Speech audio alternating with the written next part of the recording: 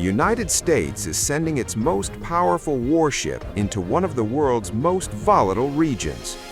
2 American aircraft carriers will now be positioned near Iran as tensions over Tehran's nuclear program intensify. The Pentagon is deploying the USS Gerald R. Ford, the world's largest aircraft carrier, to the Middle East. It will join the USS Abraham Lincoln, already stationed in the Arabian Sea, putting 2 full carrier strike groups within reach of Iran. The move comes as President Donald Trump ramps up pressure on Tehran to reach a deal over its nuclear program. Trump warned that failure to strike an agreement would be very traumatic for Iran and suggested negotiations should happen quickly. Indirect talks were held last week in Oman, but fresh negotiations have yet to materialize, even as Iranian officials shuttle between Gulf states exchanging messages through intermediaries. The deployment, first reported by the New York Times, marks a significant military escalation. It also represents a rapid turnaround for the Ford, which had been moved to the Caribbean last October during operations that culminated in the capture of Venezuelan leader Nicolás Maduro. As the United States increases its military presence in the region, Iran is sending a message of its own. Rear Admiral Shahram Irani, commander of the Islamic Republic of Iran's Army-Navy force, says Tehran is closely monitoring all enemy movements in regional waters. In an interview, Irani stressed that Iran's naval forces are tracking developments with precision, highlighting what he described as the country's strong deterrence capabilities. He added that ensuring the economic security of the Islamic Republic of Iran's shipping lines remains a top priority for the Navy.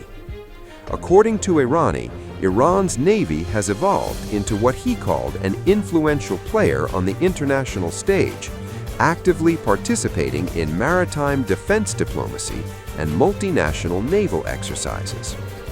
Gulf Arab nations are warning that any strike on Iran could ignite a broader regional war at a time when the Middle East is still reeling from the Israel-Hamas conflict in Gaza. Trump also held lengthy talks this week with Israeli Prime Minister Benjamin Netanyahu, stressing continued diplomacy, even as Israel pushes for tougher demands on Iran's missile program and its support for militant groups. Meanwhile, pressure is building inside Iran itself. Families are beginning to mark 40 days since the government's deadly crackdown on nationwide protests. Thousands were reportedly killed in last month's unrest. In cities like Mashhad, mourners have gathered at graveyards singing "Ey Iran," a patriotic anthem dating back to the era of Mohammad Reza Pahlavi. The song, once banned after the 1979 Islamic Revolution, has resurfaced as a symbol of defiance.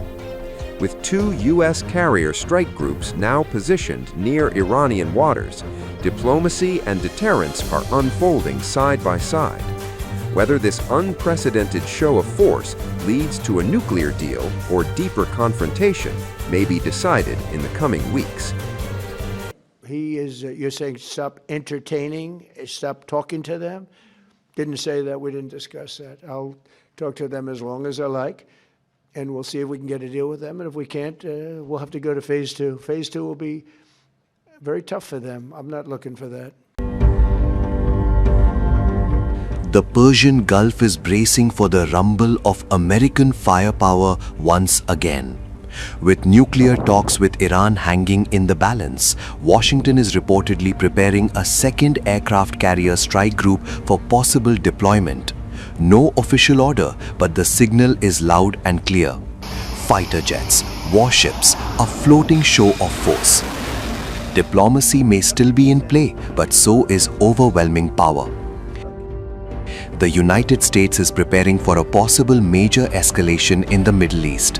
According to the Wall Street Journal, the Pentagon has instructed a second aircraft carrier strike group to get ready for potential deployment towards the region. The move comes as Washington intensifies pressure on Tehran amid fragile nuclear negotiations. 3 US officials told the newspaper that the preparations are part of a contingency plan in case diplomatic efforts collapse.